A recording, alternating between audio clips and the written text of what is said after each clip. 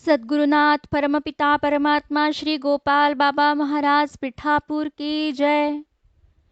एका जनार्दनी श्रीदत्त ध्यान. काल एकनाथ महाराजांच्या दत्ताच्या आरतीवर सद्गुरूंनी भाष्य करवून घेतले आणि जाणून बुजून शेवटची ओळ मागे ठेवली, कारण ते मर्म आहे. समजलं तर सोपं, नाही तर भटकत भरकटत रहा असा छुपा इशारा देणारं. वरवर पाहता या ओळीत फक्त 3 व्यक्ती दिसतात. पहिले एकनाथ, दुसरे जनार्दन महाराज आणि तिसरे दत्तगुरू. मग या ओळीत काय सामर्थ्य आहे? हे सामर्थ्य आले एकाच शब्दाने, तो म्हणजे ध्यान. ध्यान कुणी लावले? एकनाथाने. एकावरच लावले, ते म्हणजे सद्गुरू जनार्दन महाराजांवर. काय ध्यान लावले? तर सद्गुरूंमध्येच श्री दत्त पाहिला. दत्ताचं दालन उघडायची ही गुरुकिल्ली शिष्य एकनाथ आरतीच्या माध्यमातून सर्व जगाला उपलब्ध करून देत आहेत.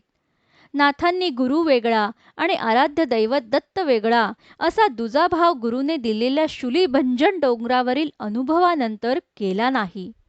यामुळे नाथ तयार झाले, सिद्ध झाले विश्वाच्या कार्याला.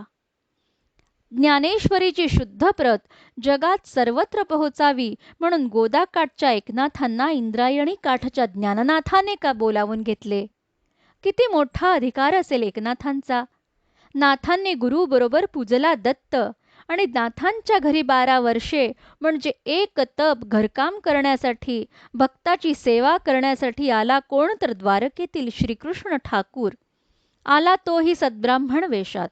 त्यानं द्वारकेहून आलो हे सांगितले तरी नाथांच्या लक्षात नाही आले, कारण ही भगवंतांची वैष्णवी माया. नाव सांगितले श्रीखंड्या. कशासाठी आला? तर काम मागायला. जा मग स्वयंपाकघरात, गिरिजा सांगेल ते कर. गोदावरीचे पाणी कावडीने आणणं, गोदावरी नदीवर घरचे कपडे धुणे, भाज्या निवडणे, भाज्या चिरून देणे, पाटा वरवंट्यावर मसाले वाटून देणे, झाडलोट सडा संमार्जन करणे, नाथांना पूजेची तयारी करून देणे, गंध उगाळणे, फुले आणून देणे, नाथांच्या कीर्तनात मागे टाळकरी म्हणून उभं राहणे, भारुडात विविध पात्रांची सोंग घेणे आणि शेवटी झोपताना नाथांचे पाय चेपून देणे. नाथांचा वाडाच काय, पूर्ण पैठणचं पान श्रीखंड्याशिवाय हालेना.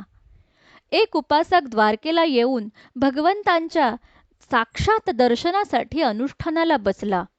त्याला रुक्मिणी मातेने स्वप्न दृष्टांत देऊन सांगितले, स्वामी 12 वर्षांपासून गोदाकाठी पैठणला श्रीखंड्या नावाने एकनाथांची सेवा करत आहेत. तिकडे जाऊन दर्शन घे. हा उपासक त्याप्रमाणे पैठणला आला. प्रवेश करताना पहिला भेटला तो कावडीने पाणी आणायला निघालेला श्रीखंड्या. त्यालाच विचारले की नाथांचा वाडा कुठे आहे. त्याने दिशा सांगितली. उपासक वाड्यावर आला आणि नाथांना विचारले, तुमच्या श्रीखंड्याला बोलवा.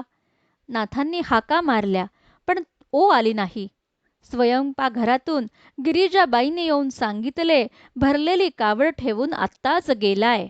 कावड म्हणताच उपासकाच्या डोक्यात प्रकाश पडला की आपल्याला जो कावडवाला भेटला तोच श्रीखंड्या, आणि तो आनंदाने रडायला लागला. नाथांनी कारण विचारले आणि उत्तर ऐकून नाथ हमसून मोठमोठ्याने रडत, अरे देवा, मी हे काय पाप केले? तुझ्याकडून मी पाय चेपून घेतले, असं म्हणत देवघराकडे क्षमा याचनेसाठी धावले. त्यांना सावरायला मागून गिरिजाबाई आणि उपासक पाहुणा धावला. तो देवघरात श्रीखंड्या चतुर्भुज रूपात, वैजयंतीमाला, मोरपीस मुकुट धारण करून लख प्रकाशात नाथांच्या देवांच्या जागी उभा. गुरुने भक्ती करून घेतली दत्ताची आणि पाणी भरतोय साक्षात श्रीकृष्ण. हेच अद्वैत. ज्याला साधलं तो सर्वांना हवा हवासा झाला. हा दाखला पुराणातील नाही, तर नाथ झाले इसवी सन 1533 ते 1599 दरम्यान. श्रीखंड्या, ज्यात पाणी भरायचा तो रांजण अजूनही पैठणला नाथवाड्यात आहे. आजही नाथषष्ठीला भगवंत त्यात शेवटची कावड स्वतः आणून टाकतात आणि रांजण भरतो. अजून पुढचं, नाथांचं आडनाव गोसावी आहे. दत्त संप्रदायातील आपल्यातील द्वैत जेव्हा जाईल त्यानंतर आपल्यालाही हरकाम्या श्रीखंड्या भेटेलच. या निष्ठेने आता काया वाचा मने एकच ठिकाण धरून राहायला काय हरकत? हिराचंद गोपालचंद कोठारे. दिगंबरा दिगंबरा श्रीपाद वल्लभ दिगंबरा.